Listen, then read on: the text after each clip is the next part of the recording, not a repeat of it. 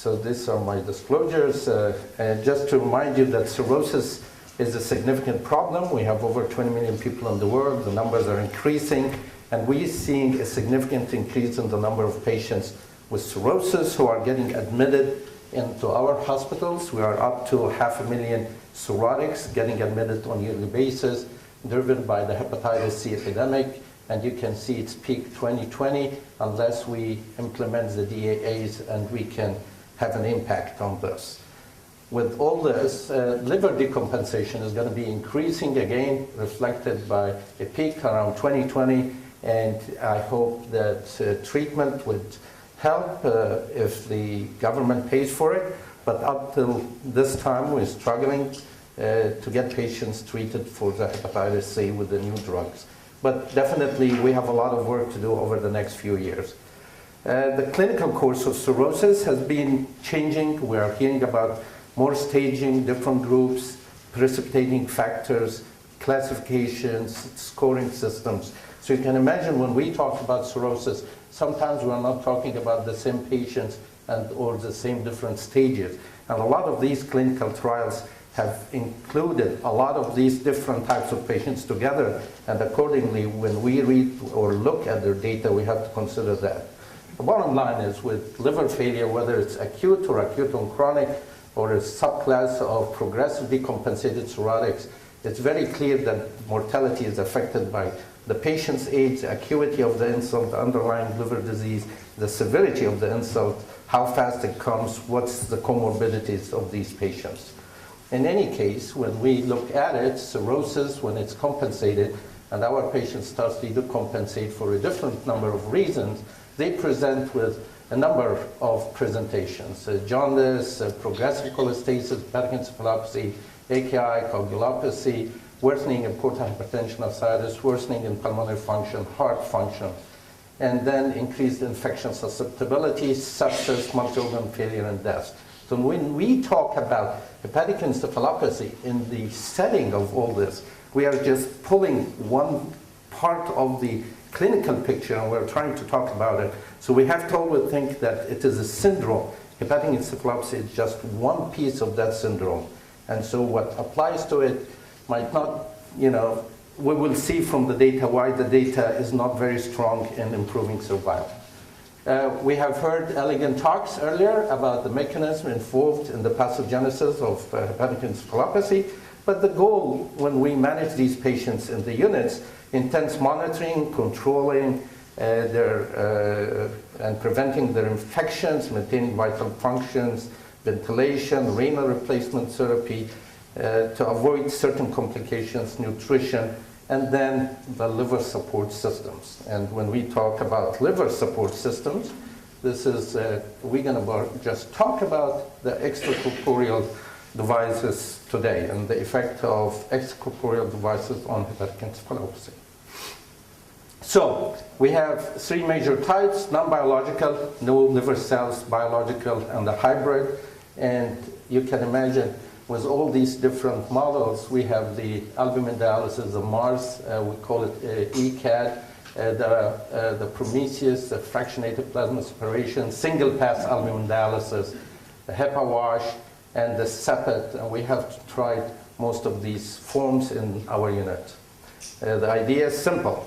When patients have liver failure and there's decreased synthesis, metabolism, detoxification, there's a lot of accumulation of toxins. These toxins has a negative effect on the liver regeneration and recovery, and accordingly, the different organs suffer from these toxins, and the idea of these devices is to detoxify. So artificial liver support, we have seen since the 60s, the plasma exchange, then we have seen the albumin dialysis and so forth, and you can see here a number of studies on plasma exchange, and the improvement ranges from 22% almost to 100% of some of these patients. Albumin dialysis, extracorporeal albumin dialysis, two techniques, single pass or MARS. And the idea of albumin dialysis is to remove the albumin-bound substances in addition to the water-soluble substances. It depends on the membrane and actually trying to remove free toxins although we tend to see some albumin-bound toxins removed, but the significant toxins removed is a free component. Prometheus is more of a plasma separation and then detoxification. The sepet is another component. When you look at all these, they remove certain molecules that we think affects the hepatic encephalopathy. And when we look at all these membranes, the sieving coefficient varies from one system to the next, depending how much we want to remove, how much we want to keep.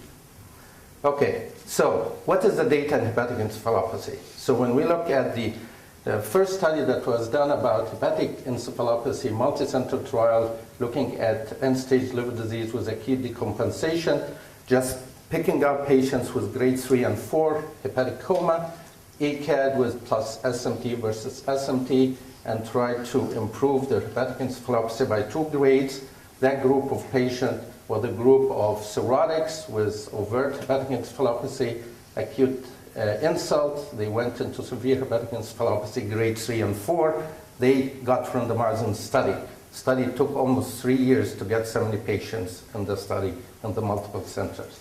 So when we look at the proposed types of ACLF for these patients, that's a group of patients who were included in the study, the type C patients.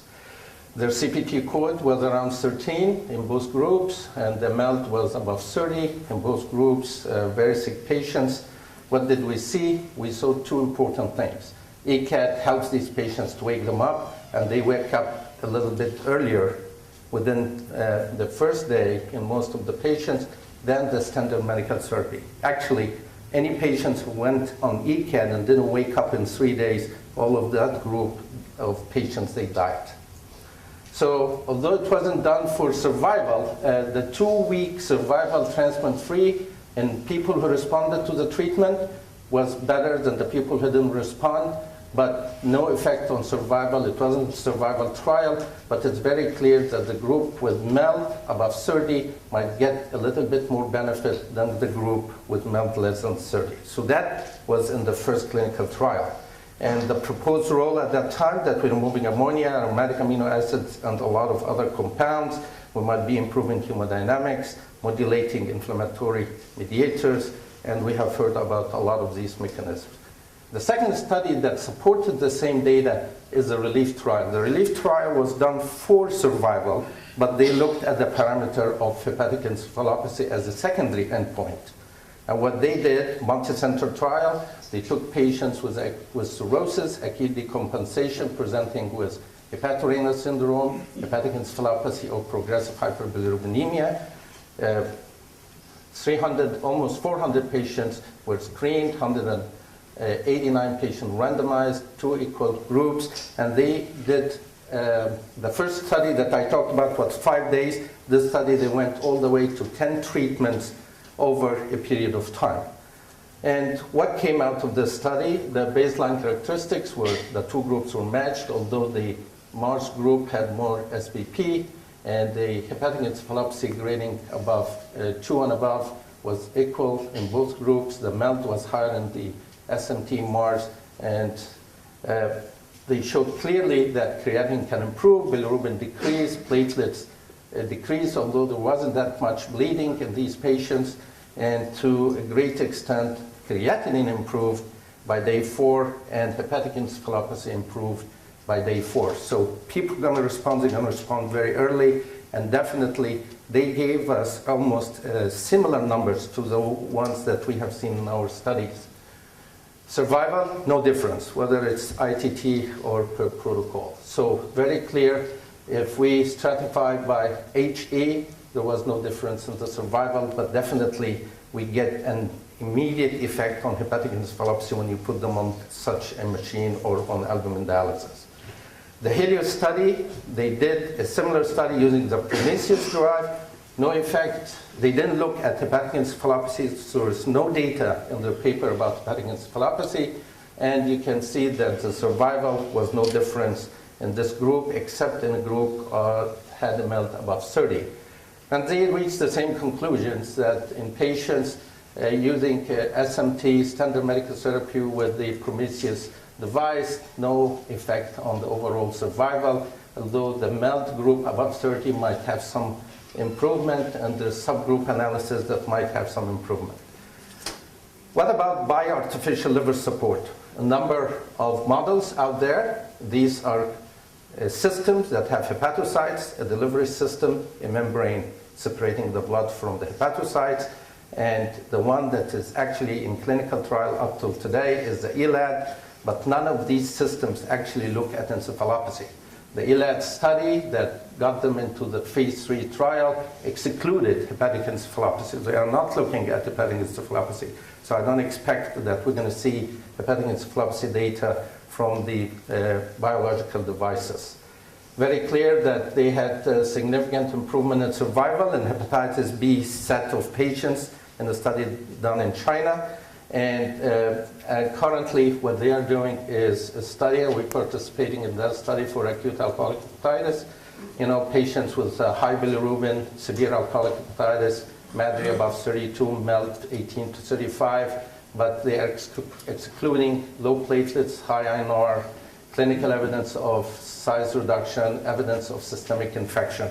So they are picking a nice group with acute alcoholic hepatitis and decompensation, and we look at, they are almost done with half of the patients. So to summarize, non-biological devices improve HE grade significantly than SMT, achieve improvement earlier and faster than SMT, but the impact is not enough to influence survival, and we don't have data there. So what we have been doing in our clinics, compensated cirrhotic standard medical therapy, lactulose, rifaximin combination, and these patients, if they start decompensating, we early see if they are not responding, we consider them for ALS. Some of these patients will be candidates for BAL, and a lot of these patients might come with severe acuity and very fast, or they are delayed outside centers, so by the time they come to us, we cannot actually help them, and they tend to die very fast. The whole idea, the ultimate treatment is a transplant, and now what we are using these tools for is to bridge the patient for a successful transplant. Thank you.